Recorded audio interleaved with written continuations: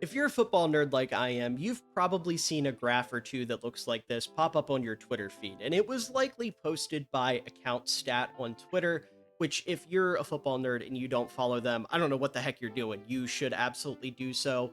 You can see their at in the bottom right hand corner of your screen. I'll also leave a link to their Twitter in the description, given that I am using their chart for this video. But regardless, if you've seen a chart like this, you probably have a decent understanding of what it is. For those who don't, this is basically, in this instance specifically, gauging which defensive tackles through the first 2 weeks of the season have been good at rushing the passer versus which ones have been good at stopping the run.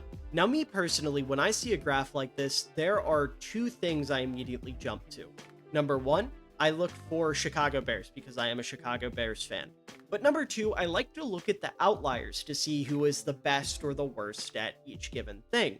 Now, in this case, if you look at the pass rush win rate on true pass sets, that does need to be specified.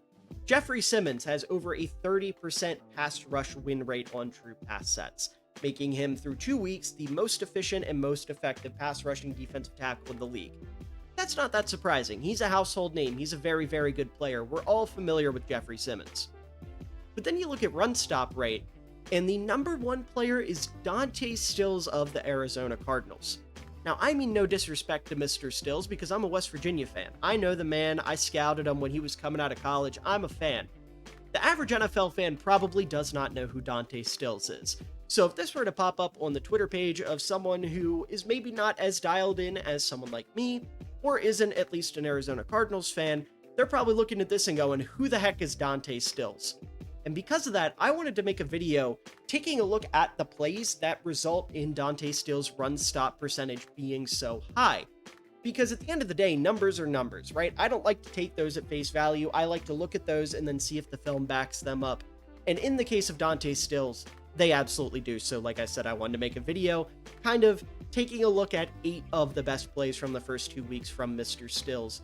So without further ado, let's go ahead and dive into the film and check it out.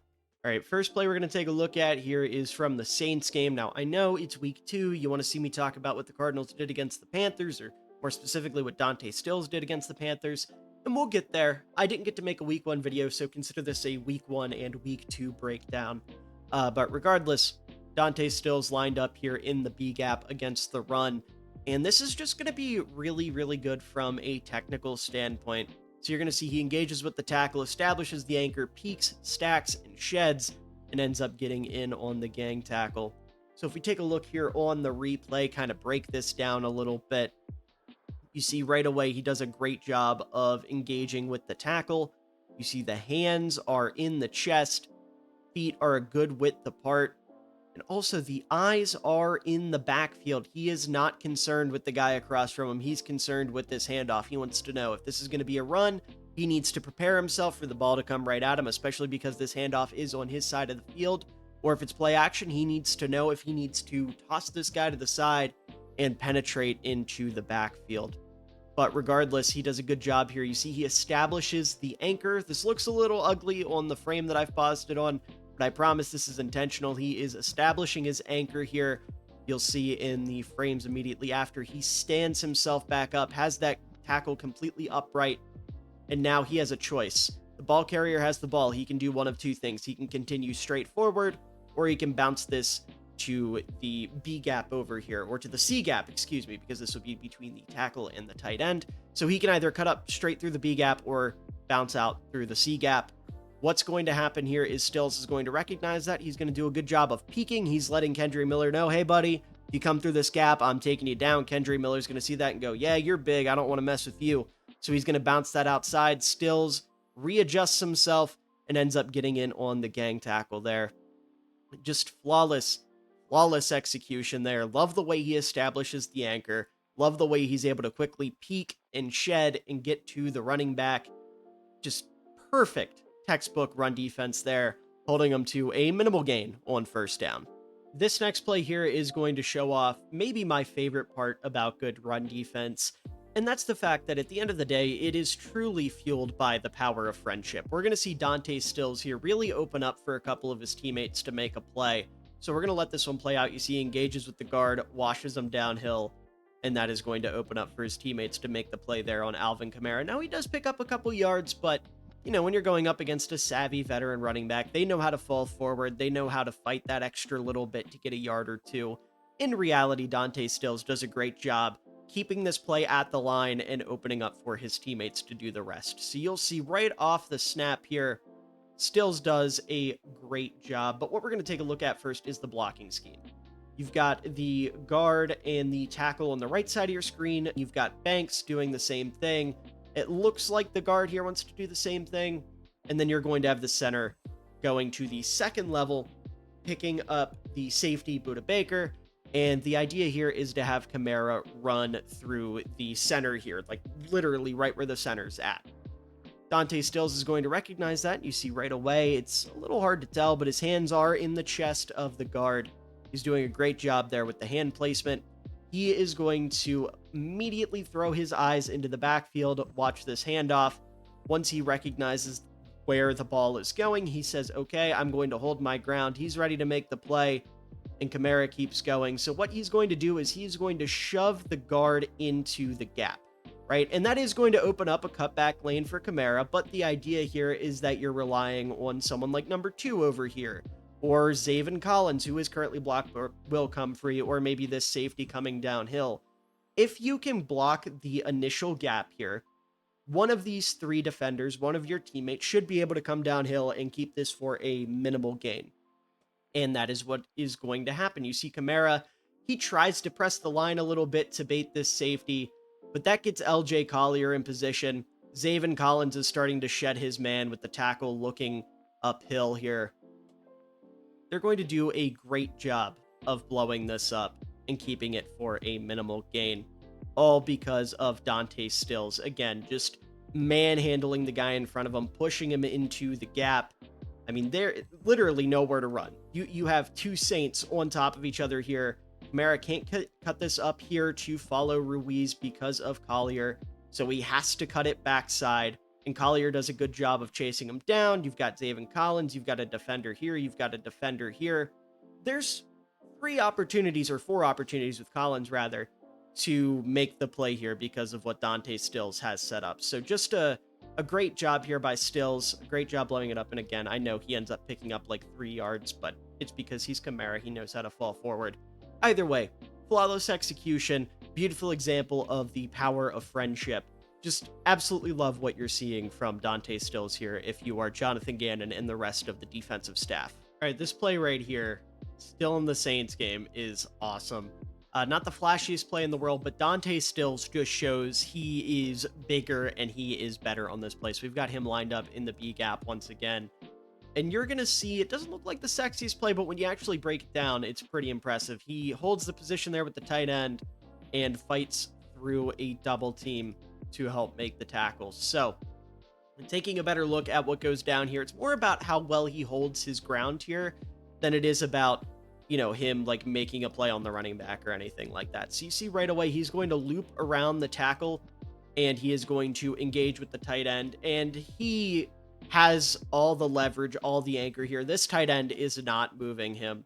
He does a great job holding his ground, eyes in the backfield, watching the handoff here. You see his eye discipline as a defensive lineman is absolutely fantastic.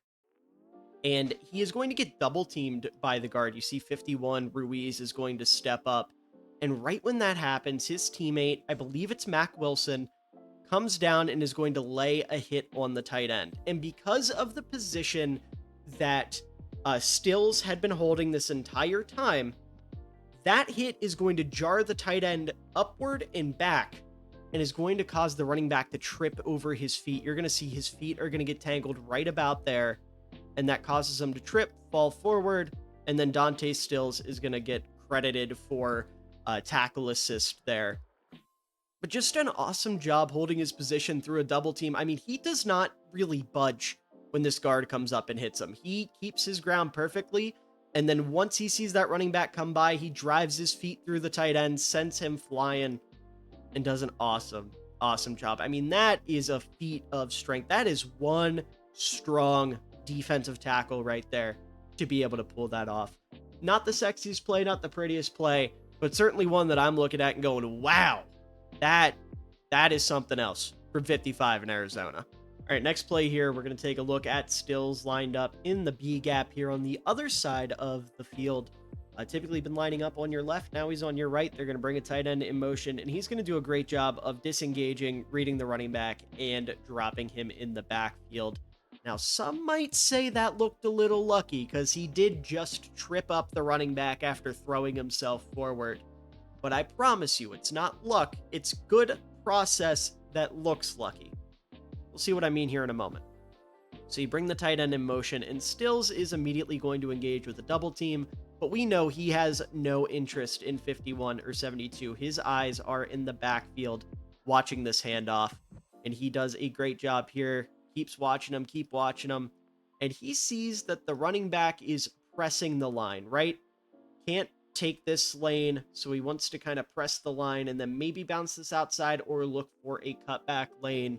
And Stills is going to do a great job of reading that out. And once he sees the back is coming to his area of the field, he disengages from his block, stumbles a little bit, but cuts him off. That's the important thing here. Even if Stills doesn't make this tackle, this back is going to have a hell of a time getting past this 300-pounder that's flying at the lane he wants. So Stills is going to end up tripping him a little bit, and he gets brought down. Great time to celebrate. Makes a really, really good play, holds him to a 1-yard gain. So again, great process, great job reading the running back, fantastic vision in the backfield, and honestly, his ability to disengage from this blocker at the drop of a hat was great as well. You see the blockers kind of looking behind. He's got the hands out like, no, that was my guy. And Dante Stills is on the ground, gets up, celebrates. Great job. Again, might look a little lucky at first glance, but when you take a closer look, you put it under the magnifying glass. This is a prime example of a defensive lineman who knows what's coming at him. All right, the last couple plays may not have got your blood pumping unless you're a true football nerd like I am. And, I assume if you're watching this video, you're at least somewhat of a football nerd. But if the last couple plays didn't do it for you, this one absolutely will. This is what the more casual viewer wants to see from Dante Stills lined up in the B gap here. This is an important play. The Saints are knocking on the door of the end zone. They're down 10 at this point with just over 3 minutes left. If they score here, there's a realistic chance they can come back and do something in this game. So what is Dante Stills going to do? He's going to call his shot. He is going to make a play here. And you'll see, just shoots out of a cannon and ends up in the backfield, and a couple teammates come in to help him finish up the play. That's a loss of 2 yards. A big play there from a bigger man. This is one of those ones where, like I said, there's really not much to break down. He just calls his shot. This is a perfect play. Shoots out of a cannon, playing with his hair on fire. Beautiful, beautiful stuff. I'll play it one more time, just because, like I said, there really isn't much to break down here. He's going to line up between the guard and the tackle here in the B gap, and then he just shoots right on through it. You see 72 there, clearly wanted to down block, clearly wanted to wash him upfield a little bit, and he just didn't have a chance to, because Dante Stills said, I'm better. This is my play. This is my field. I'm making a play. And that is exactly what he did. First play we're going to take a look at here from the Panthers game. We've got Stills lined up in the B gap, and this is one of those ones where he's going to be setting up for a teammate. He's not going to make the play himself, but you see we've got a little motion there, going to move into a wildcat. It's going to be a direct snap to Rico Dowdle. He's going to fake the handoff to Chuba Hubbard and then cut up field. And it's a 3-yard pickup, but Dante Stills does a great job cutting off the opportunity to hand the ball to Chuba Hubbard here. So you'll see what I'm talking about here in just a moment. So once they snap this football, you see Stills, they've got the guard the center. As soon as he snaps this ball, he has to reach block over to Dante Stills. That's not going to happen. Stills beats him off the ball, slips himself in between the center and the tackle here. And because of that, that is going to completely cut off the opportunity to hand this ball off to Chuba Hubbard. Right? If you hand this ball to Chuba, you've got Zaven Collins waiting down here, and then you've got Dante Stills waiting right here as well. You're not going to do that. So Rico Dowdle is going to hang on to this football. Even then, Dante Stills is coming pretty damn close to getting him, but unfortunately is not able to pull it off. But what he is able to do is by pulling Corbett out of that area of the field, that's going to allow Zaven Collins to fire through the lane here that's opened up, and he is going to be the one that makes the play and holds it to a 3-yard pickup. So Stills cuts off the opportunity to hand this ball off to the number 1 back, leaving the number 2 back to take this. Kind of, like I said, almost gets to him and then opens up for a teammate to go in and clean up. Very good execution there, very good run fit. Just, again, not a play where he gets to the ball carrier, but a play where he is going to set up a teammate to make a very good play. All right, this next play, we've got our boy Stills lined up in the B gap. And 2 things before we get into this. Number 1, I want to look at this play for one very particular reason, and that is how Stills recovers. I think he does a very good job recovering when knocked off track here. And number 2, this is going to be the biggest gain we're going to see from the offense. It's a 5-yard pickup, which obviously isn't ideal, but again, I wanted to look at one specific thing from Stills here. So you'll see once this ball is snapped, he gets chipped there, gets knocked out of his positioning, but does a really nice job of recovering and getting himself back where he needs to be. So taking another look here, a closer look, you see right away he's going to engage with the guard, and you've got the center who's going to chip him and then climb to the second level. And Stills is not anticipating this chip. He does a good job. I mean, Austin Corbett is a pretty solid center, and he does a good job of knocking Stills off his trajectory, but Stills doesn't really care. His eyes are on the ball carrier. He's watching the play. He's trying to see where the running back's going, and once he realizes, he cuts back across the face of the guard and gets in there to help make the tackle. Now, sure, this is a 5-yard pickup. It's a good block, but I like the ability to recover and get back over across and get in the play. There's some guys out there that when this happens, they just give up. They'd end up getting, like repositioned by 60 here. Instead of letting that happen, he gets across the face of him and gets in there and helps make the play. 50, whatever number the guard is. I really don't care. The point is, Stills did a good job here recovering, and I like what I saw, despite this being a good play from the Carolina Panthers. And finally, last play we're going to take a look at here. This is another just really, really good play by Dante Stills, lined up in the B gap here. Not a lot to break down on this one. It's pretty straightforward, but I still love everything about it. So you see he's going to disengage quickly, sits in his gap, and ends up making the play. It's a 2-yard pickup for the Panthers there. So the big thing I like about this play is, number 1, the discipline. You'll see once he engages here, he doesn't try to dive in the backfield and make this play prematurely, right? Dante Stills knows he's a big dude. He's not going to be able to square up the running back and make a perfect play in the backfield. Instead, he chops his feet a little bit and gets himself in position to where if the running back decides he wants to take that gap, he's going to blow it up. If not, which the running back does not, he's still in position to dive and make the tackle in the other gap, which is exactly what happens. So good job there, not sacrificing gap integrity. A lot of guys would get a big head there and be like, oh, I can make a big play here. Kind of risk it all, so to speak. And instead of doing that, Stills plays it safe, plays it smart.